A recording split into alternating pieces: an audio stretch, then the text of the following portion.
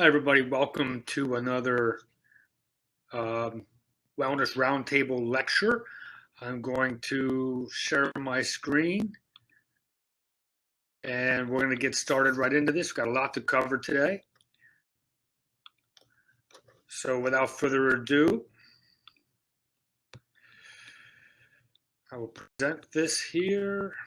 Okay, so today we're going to discuss, as we talked last time, we're going to discuss about how stress affects the body.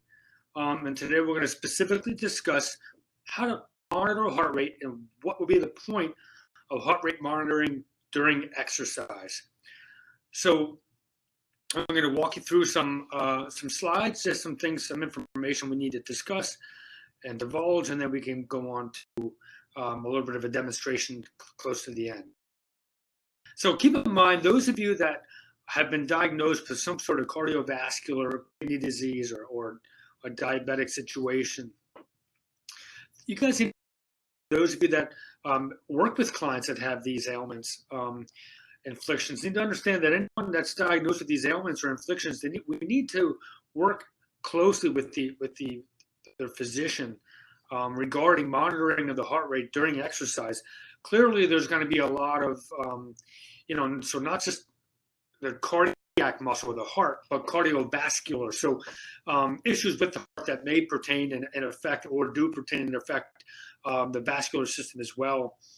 We know that there's quite a lot of modifications we need to make there. Very subjective person-to-person differences and person-to-person things we need to think about regarding that. So anybody in those situations sure does not necessarily pertain to those situations.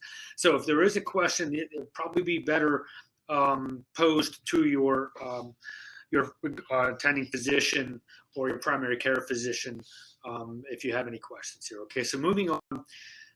So first things first, I think the important thing about heart rate monitoring and about, it's kind of a new thing, or it's actually not a new thing. It's been around for quite a long time, but it's becoming more popular as technology begins to catch up and becomes a lot more available for the general population to use.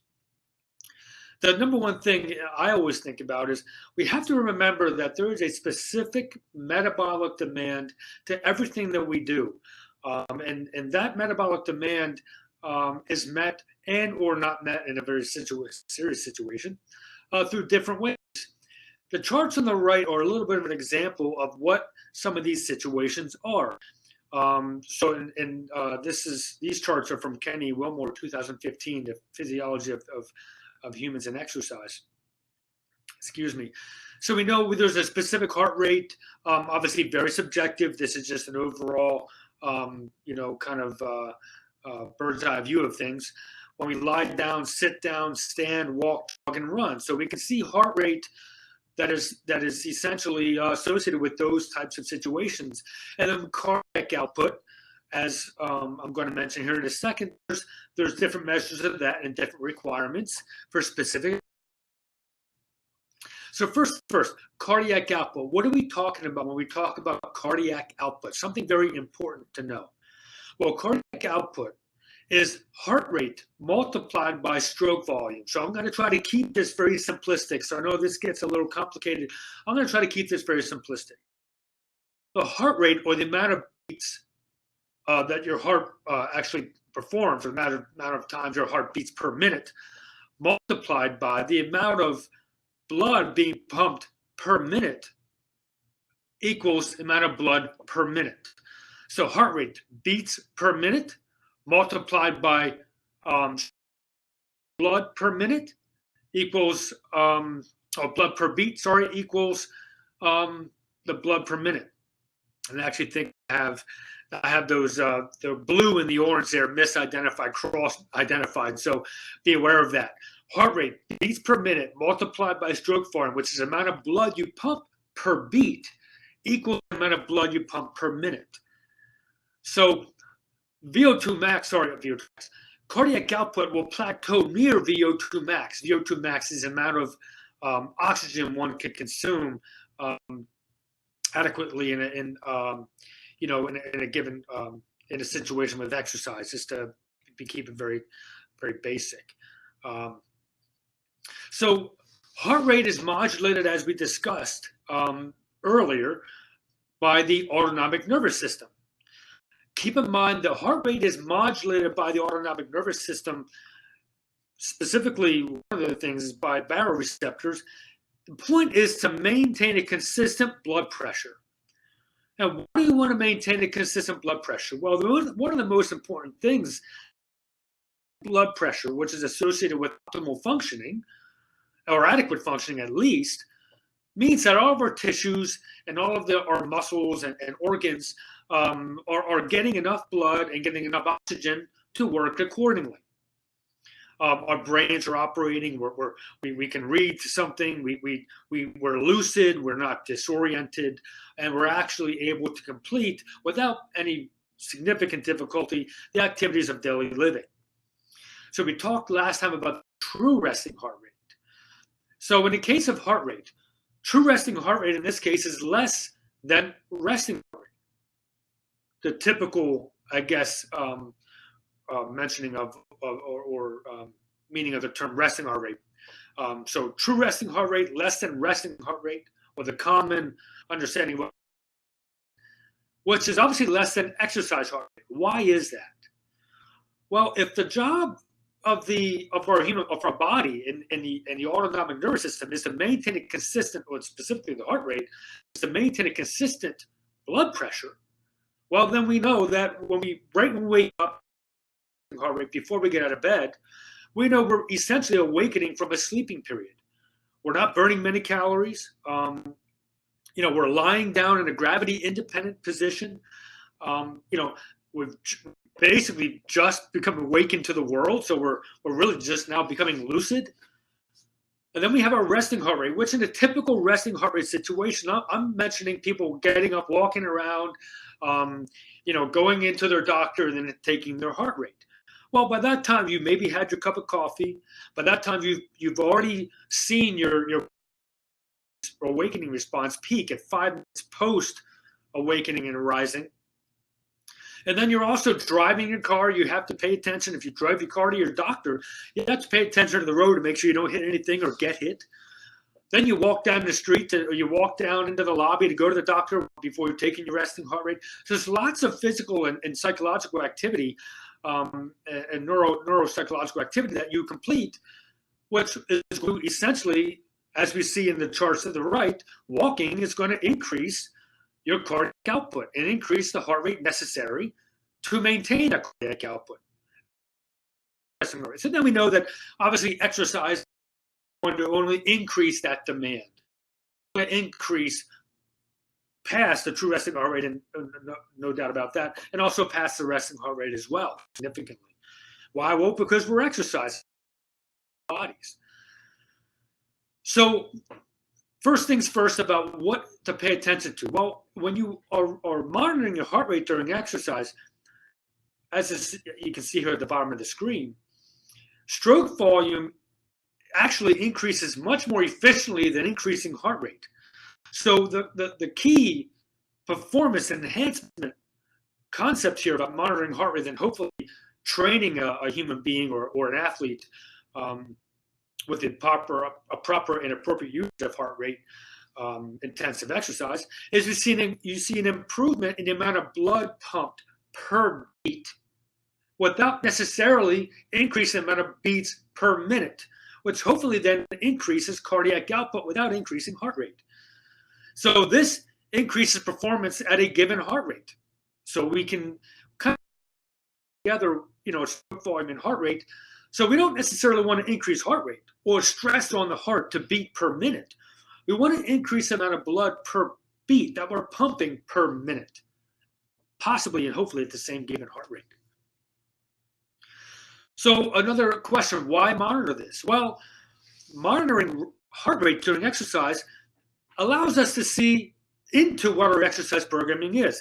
Heart rate is proportional to the exercise intensity of which we're performing. So heart rate monitoring gives us a sense of what the intensity of the exercise for our cardiovascular systems. So a lot of people, we talk about RPEs. We'll talk about that next time, or maybe maybe down the road a little. what we perceive how hard the exercise is, whereas heart rate monitoring during exercise will give us an actual objective into how hard the exercise is cardiovascularly for our heart and all of our vascular tissues. It's directly proportional to the exercise intensity. So, okay, well, why is it important for me then to monitor exercise intensity? Well, because via the SAID principle and a few other principles there and physiological components, adaptation to exercise occurs at the intensity with which we train. It's important to keep exercise intensity if we're trying to train for a marathon, half marathon, or an Ironman. Okay, so that is the purpose of this, is to get a sense for what intensities do we see during an actual competition if we're training, compared to what during our actual training. And then we can also assess maximal oxygen uptake in VO2 max, and we endurance capacity. That is gives us a sense of what our endurance capacity is. So generally, 50% of your equals about 70% of your maximum heart rate, and we need this for an absolute minimum benefit of exercise. 75% VO2 max, or 75% uptake of oxygen, equals about 87% of heart rate, and also the anaerobic threshold. This is where it's anaerobically based. The heart rate zones on the right-hand side here, just a sense of maximal heart rates. Do we see some essentially metabolic markers here? So 93 to 100% of our maximal heart rate, we see what we consider the maximal training zone. This is a study published by Stagno et al. 2000. 86 to 92. So OBLA is the onset of blood lactic accumulation, lactic acid accumulation, lactate. We see between 79 and 85% a steady state training where we're not seeing accumulation of blood lactate, but we're just clearing it and using it. And then between 72 and 78%, we're seeing lactate threshold training where now we're starting to produce lactate, although we're not seeing the accumulation as much. And then we see a 75 to 71% being moderate activity. So now I'm going to kind of go into a demonstration here a little bit. So just keep this in mind as this demonstration goes on. Our heart would beat at 100 beats a minute if our sympathetic and parasympathetic system or autonomic nervous system would affect our heart rate. So now I'm going to do a demonstration, and you'll see kind of how this affects it. So I'm going to move on here. Hopefully my heart rate on this watch, now this, forgive the watch, it's a little bit of a rudimentary system here, but the heart rate's right here and you have to kind of read it backwards. So what I'm going to do is I'm going to perform 10 body weight squats. It's right now recording my heart rate. So as you, we should start to see the heart rate go up as I'm exercising. And then I'll perform a couple plyometric exercises so you can see how it affects my heart rate. I think that was 10. And now I'm going to do a couple lateral hops here. So you can see as the heart rate accelerates past 100, we're seeing sympathetic or an increase in the heart rate due to the increased metabolic demand. Okay, so a very simplistic way to go. It looks like the monitor is really not working. Looks like it says 41 there. There it goes, 138. So just an idea of what 138 means compared to 80. Above 100, excuse me, I'm out of breath here a little bit. Above 100 means that I've properly recruited my sympathetic nervous system. Below 100 means I'm recruiting my, or I'm withdrawing either of the two. So now that I'm out of breath, what I'm going to do is go back to the screen after I'm done with this slide for any questions. Next time, we're going to talk about heart rate variability. I talked about that last time, that we were going to talk about that today, but heart rate variability itself is a very difficult and complex thing. So I'm going to dedicate next time to heart rate variability and hopefully give you a sense of what that means. So I'm going to go back into the app and see if anybody has any questions about what we covered today.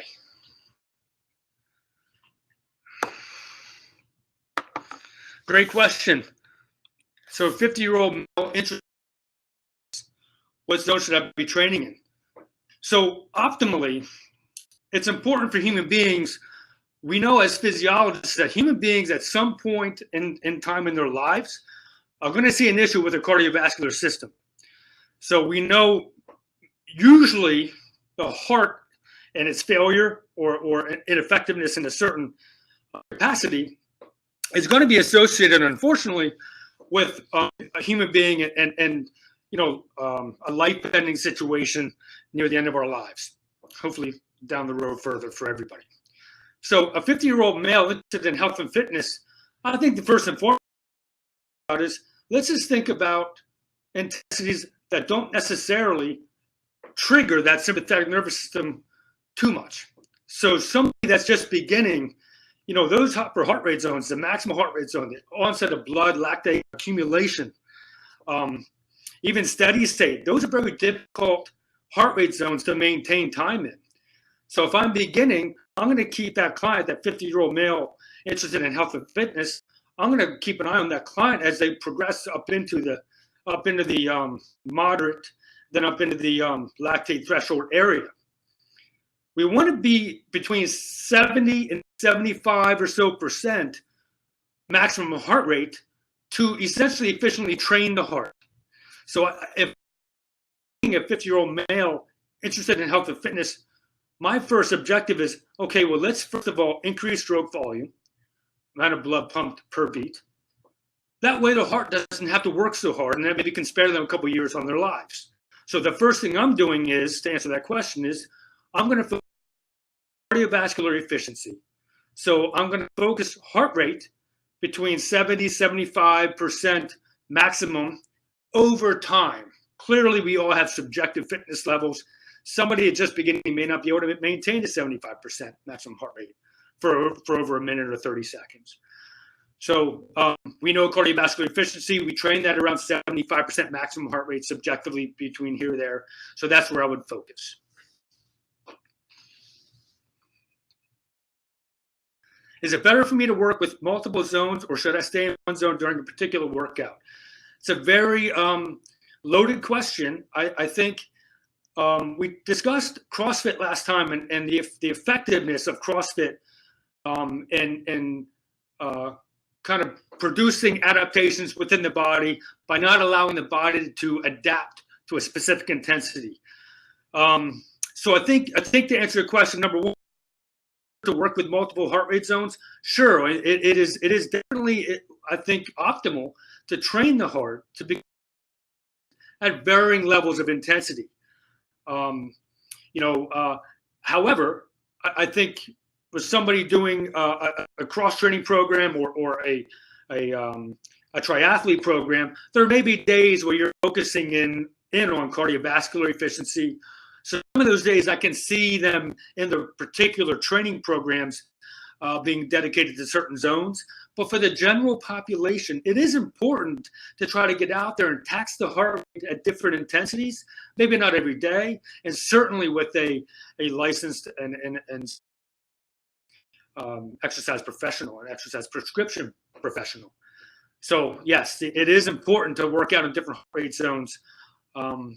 No doubt about it. It makes the heart more efficient at different intensities, and hopefully, by increasing that stroke volume, we see a decrease in heart rate eventually at that or increase in efficiency at a specific heart rate.